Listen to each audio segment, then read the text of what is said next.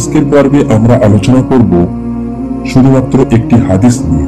হাদিসটি একজন মানুষকে নিয়ে, যিনি সবার শেষে জাহান্নাতে প্রবেশ করবেন।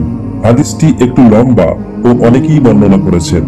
হাদিসটি সহিহ বুখারী ও সহিহ মুসলিমে রয়েছে।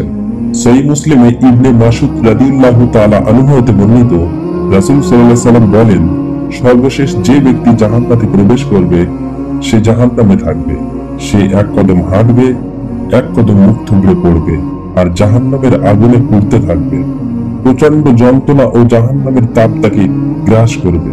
সহ্য করতে না পেরে সে আল্লাহর কাছে ফরিয়াদ করে বলবে, হে আমার প্রতিপালক, আমাকে এই আগুন থেকে মুক্ত করুন।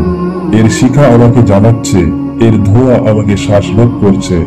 তখন মহান রব্বুল আলামিন তাকে বলবেন, আমি যদি তোমাকে এই আগুন থেকে মুক্তি করি, তুমি কি আমাকে কথা দিচ্ছ আর কিছুই চাইবে না?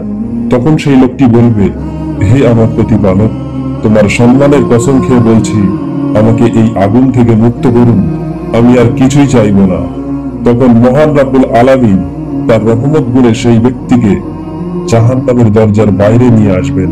সে বাইরে এসে বলবে, যিনি আমাকে এই আগুন থেকে মুক্তি দিয়েছেন তিনি মহিমান্বিত, আমার চেয়েও সম্মানিত আর কেউ নেই। অর্থাৎ জাহান্নাম থেকে বেরিয়ে তার মনে হবে এর থেকে সুখের বা শান্তির জায়গা আর নেই। এরপর আল্লাহর হুকুমে তার সামনে একটি গাছ জন্ম নেবে আর একটি পানির নহর প্রবাহিত হবে। জাহান্নামে কোনো পানি নেই, আর সে যখন এই পানি দেখবে তখন তার মন আবারও সেই পানির দিকে আকৃষ্ট হবে।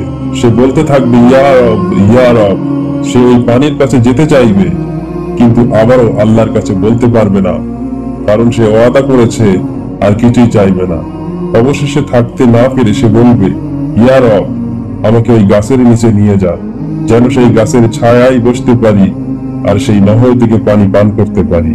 তখন আল্লাহ বলবেন, হে আদম সন্তান, তুমি কিভাবে তোমার ওয়াদা ভাঙলে? তুমি কি আমাকে বলনি যে তুমি আর কিছুই চাইবে না? লোকটি বলবে, হে আমার রব, আমি ওয়াদা করছি এটাই শেষ, আমি আর কিছুই চাইবো না এরপর।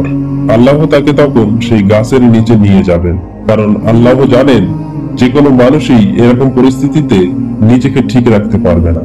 লোকটি সেই গাছের ছায়ায় বসবে আর সেই নহরের পানি পান করবে আর বলবে, আমার চেয়ে ভাগ্যবান আর কেউ নেই।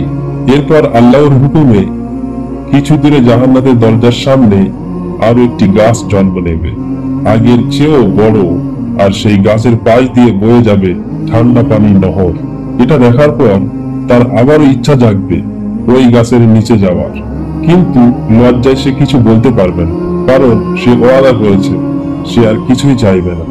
কিন্তু শেষ পর্যন্ত সে আর না থাকতে পেরে বলবে, ইয়া রব, আমাকে ওই গাছের নিচে নিয়ে যান, যেন সেই গাছের নিচে বসতে পারি আর সেই নহরের পানি পান করতে পারি। তখন আল্লাহ বলবেন, হে আদম সন্তান, তুমি কিভাবে তোমার ওয়াদা ভাঙলে? তুমি কি আমাকে বলনি তুমি আর আমার কাছে কিছুই চাইবে না? লোকটি বলবে, হে আমার রব, আমি ওয়াদা করছি এটাই শেষ, আমি আর কিছুই চাইবো না। এরপর আল্লাহ আবারও তার রহমত দেখাবেন, জাহান্নাতের সেই দরজার কাছে সেই গাছের নিচে নিয়ে যাবে। লোকটি সেই গাছের ছায়ায় বসবে, ঠান্ডা পানি পান করবে। এরপর সে তাকিয়ে দেখবে জাহান্নাতের দরজা দিয়ে ভিতর দেখা যাচ্ছে, আর এমন কেউ নেই যে জাহান্নাত দেখবে আর ভিতরে যাওয়ার ইচ্ছে করবে। জাহান্নাতের ভিতরের গাছ, ঘরবাড়ি, নদী সব দেখবে, জাহান্নাতের ঘ্রাণ পাবে, ফলে সে নিজেকে আর আটকে রাখতে পারবে না। সে আল্লাহর কাছে বলবে, হে আমার রব, আমাকে জাহান্নাতের ভিতরে নিয়ে যান। আল্লাহ বলবেন, হে আদম সন্তান, তুমি কিভাবে তোমার ওয়াদা ভাঙলে? তুমি কি বলনি যে তুমি আর কিছুই চাইবে না?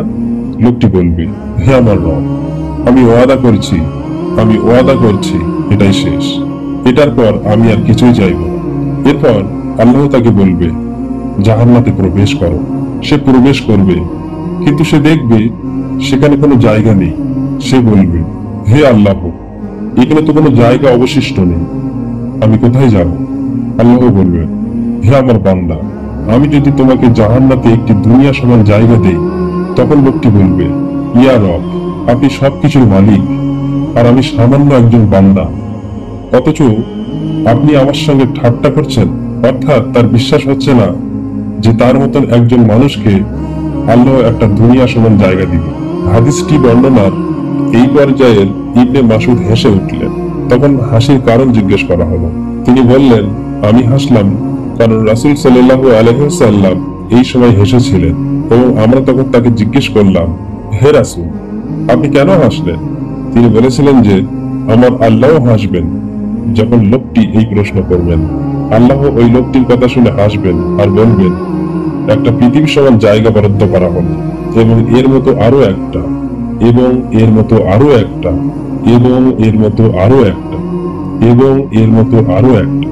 যখন আল্লাহ পঞ্চমবারের মতো এটা বলে উঠবেন, লোকটি চিৎকার করে বলে উঠবে, হে আমার রব, আমি সন্তুষ্ট, আমি সন্তুষ্ট। অর্থাৎ লোকটি জাহান্নাতে 5টি দুনিয়া সমান জায়গা পাবে। কোনো কোনো বর্ণনা আছে যে লোকটি 10টি দুনিয়া সমান জায়গা পাবে, তবে আল্লাহ তা ভালো জানেন।